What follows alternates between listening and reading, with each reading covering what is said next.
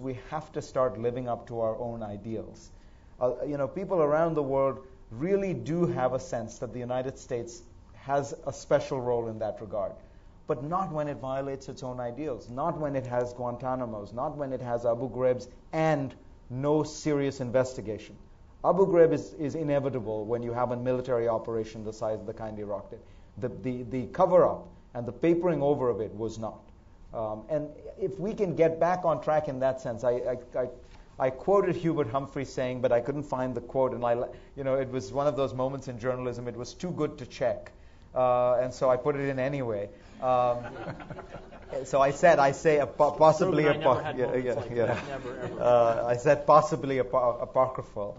He says that the greatest foreign policy success of the United States in the 1960s was the Civil Rights Act. And I think that there's some truth to that, that people look around and say, well, if the United States can do this, it really, there's something different about this country. There's something that makes one admire it. And we have to get that back.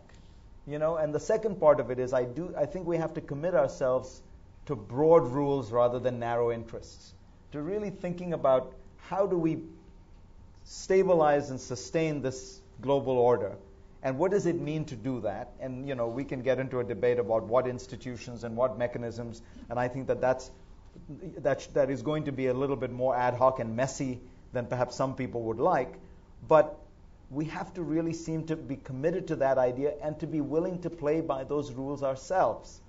We have really adopted the view that the rules are all great, but we can't possibly be asked to be living by them because we're the United States. I mean, it's different.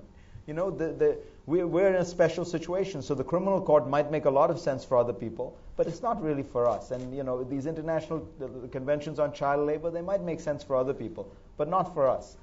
And that really, that's a broader shift actually in mentality. It's not just the administration. There is this sense that we're a city on a hill.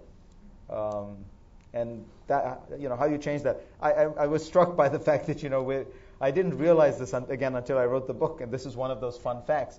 There are only 3 countries in the world that have not adopted the metric system: Liberia, Myanmar, and the United States.